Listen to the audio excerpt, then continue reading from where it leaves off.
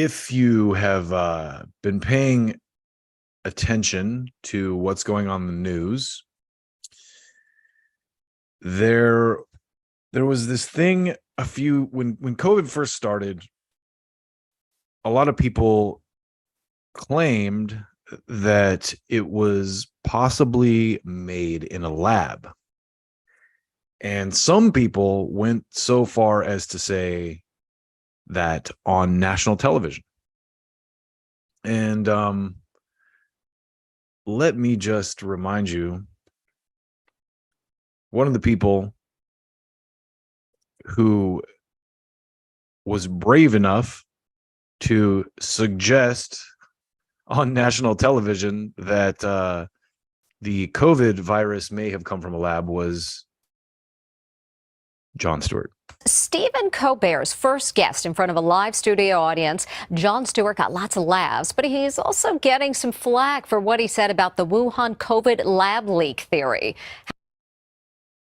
I did not realize that Jon Stewart was his first guest after the lockdown thing. However, accidents have happened at high security labs before, right here in the United States. Stephen Fabian has details.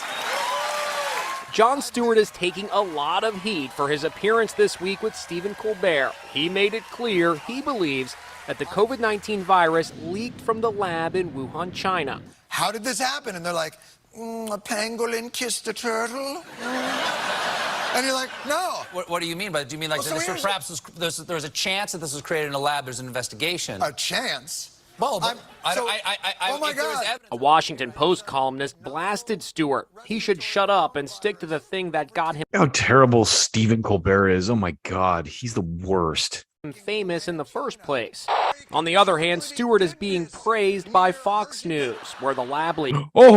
He's being praised by Fox News. Oh, the Nazis. Oh. Meanwhile, BlackRock owns stake in Fox, CNN, and MSNBC. Theory is being widely touted. And Jon Stewart, Bill Maher, they're making a lot of sense these days. Wow, standing apart from the mob on the left. Good for them. I love that people think Joe Biden and the current Democratic Party is the left.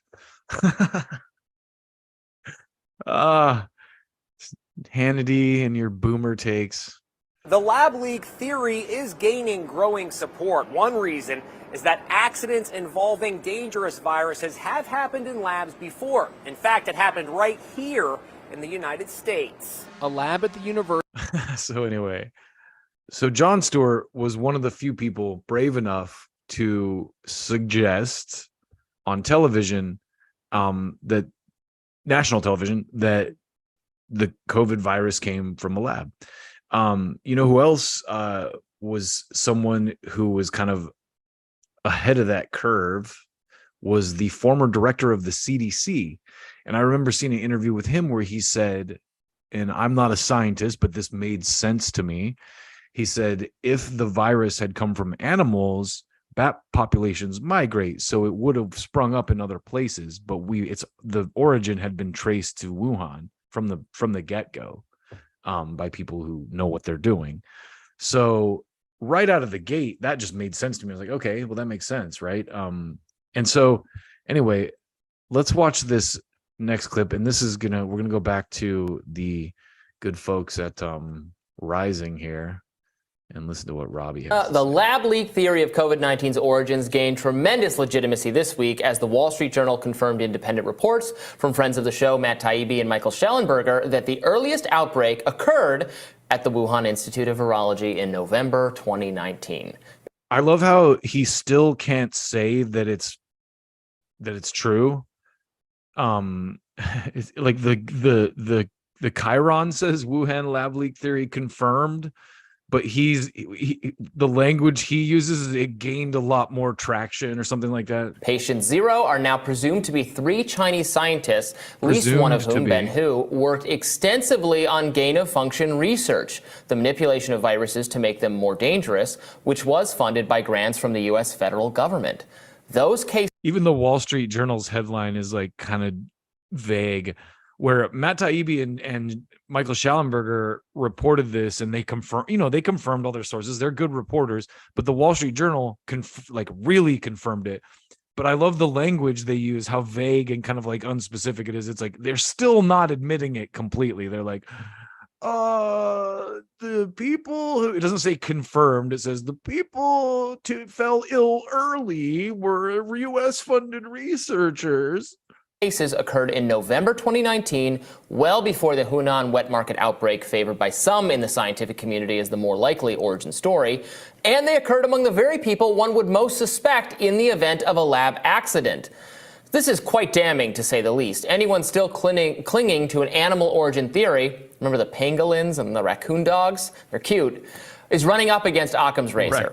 Assuming the intelligence reports are accurate and that Hu and his colleagues did contract the earliest cases of COVID-19, the implications are fairly earth-shattering. Let's be frank. This would mean that substandard safety protocols at the Wuhan lab probably unleashed a killer pathogen on the rest of the planet, and the Chinese government attempted to cover it up. China, however, is hardly the only government on the hook. I was mad at him during that pause. I was like, wait a minute. And then he's like, then he points at the US too. Okay, don't blame this on China, buddy. Lab leak also means that research paid for by US tax dollars and vouched for by coronavirus czar Anthony Fauci, the nation's foremost advocate of gain of function, is partly to blame for a pandemic that killed millions of people worldwide. Fauci, the very person tasked with leading the US response to COVID-19, was in charge of the government agency that gave Hu the gain-of-function research initially sickened, the researcher who got sick with COVID first, millions of dollars to experiment with bat coronaviruses. Information on the central role played by Fauci's National Institute of Allergy and Infectious Diseases was made public by the White Coat Waste Project, a watchdog group that uses public records requests to scrutinize federal funding of science. The journal So it's a watchdog group that discovered this. Cited the organization's work, writing that it confirmed Hu's receipt of U.S. funds. We interviewed a member of that group on the show yesterday, so please go watch that. Now, concerns about the potential for catastrophic harm, the Obama administration had actually paused federal funding of gain-of-function research in 2014. So I played a clip a while ago by this comedian who called the vaccine Trump juice. I mean, there it is. The gain of function research resumed under Trump because Trump is one of those people. He's such a business guy. He never looked at anything ethically like that. I'm sure that Fauci and the WHO people or the NIH people came to him like, hey, we want to do this experiment. It's going to like revolutionize vaccines and stuff. And he's like, okay, stamped it and let him go. But Obama would not allow them to do this research when he was president. He knew better. So, I mean, just based on that alone, you can elevate Obama a little bit in that position. I mean, I'm not gonna play partisan or anything like that, but that's just evidence of, where I think, and I don't want to fault Trump for this too much because he had no idea how nefarious the interests he was dealing with were. I'm sure he felt like they probably had the best intention and that they were going to do their best to, but that aside, Obama was smart enough, let's just put it that way, not to let them do that research while he was president. Now, in late 2022, Fauci sat for a 7-hour deposition admitting that exceptions had been made for gain-of-function research deemed vital to government scientists. And in any case, the pause ended in 2017. Meanwhile, numerous authorities, including the U.S. Embassy in Beijing, have raised concerns about negligence at the Wuhan lab over the years. Vanity Fair and ProPublica described the lab as a biocomplex in crisis. Well, if this sounds like a recipe for disaster, here we are. The confirmation of the lab leak theory would also mean that all the mainstream journalists, establishment scientists, social media moderators who derided its adherents as racist conspiracy theorists were stunningly, humiliatingly wrong. This should serve as a potent lesson to all the entities, many of them state-funded, by the way, that have made policing alleged misinformation their seminal issue. And that right there is why it's being downplayed like it is. That's why the Wall Street Journal's not like, hey, this is confirmed. They're like, well, some people fell ill around the thing where the funding was. We're still not really sure yet, but these two guys were the patient zero were two guys who worked in a lab that were in China that was funded by the US. So you put two and two together, and then you call me and tell me, what the truth is. It's this tap dancing around it now. This is the thing that frustrates me the most. And just like with everything, the media eventually comes out and goes, oh, okay, yeah, it is this. Like with the Hunter Biden laptop, same thing, right? It's like, oh no, that's Russian disinformation. And it's like, wait, we have that confirmed. Well, Biden won. Okay, yeah, maybe it wasn't. Sorry guys, we got it wrong again. Our bad. Once it's too late to do anything. I think Fauci already resigned or is stepping down or retired. And so you see what's going on right now with this guy Peter Hotez and the Joe Rogan thing, because RFK went on Joe Rogan this week or last week and kind of outlined some of the problems with the vaccines and because he's someone who has worked in that field. And I'm not making any claims myself. I'm not anti-vax. I think that obviously do your due diligence and listen to the CDC, listen to the FDA and all those organizations. My heart swells with pride when I think of how awesome the vaccine is, and it's safe and effective, prevents death and hospitalization, all that good stuff. But this is where we're at. This is where we're at, where there's literally people still walking around in the streets with masks on.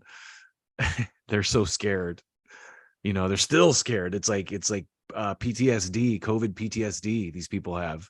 They still think that someone's gonna some cold virus is gonna mutilate them and rip their family apart, which is ironically, it wasn't the virus that ripped people's families apart. It was the politics of the virus, the politicization of the virus.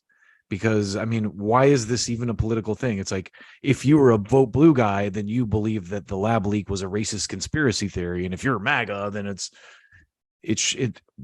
you can't politicize stuff like that. And too many people fall for it.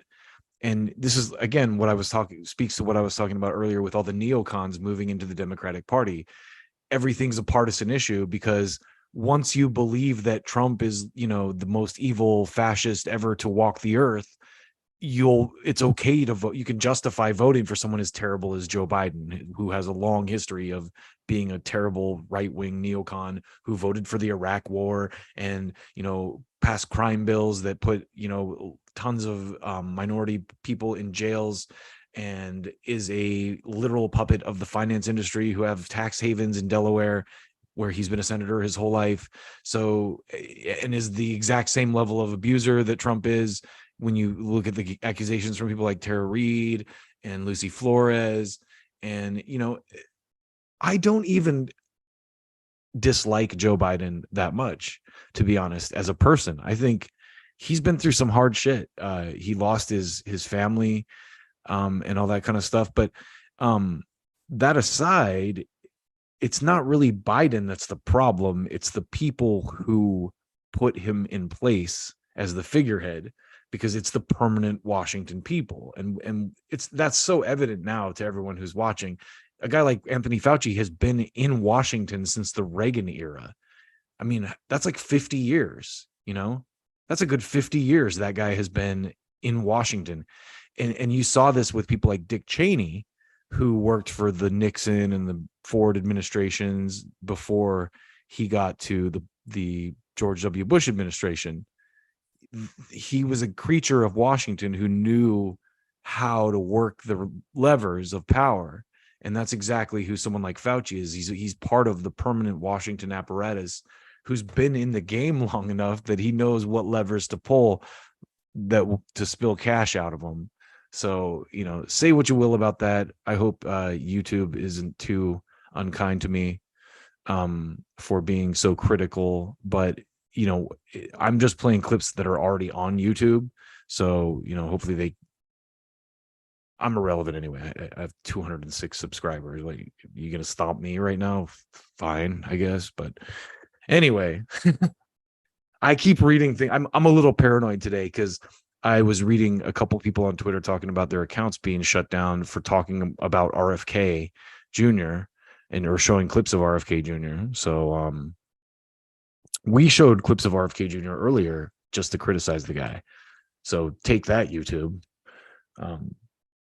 Now, so far, YouTube has been fair. So far. So we'll see.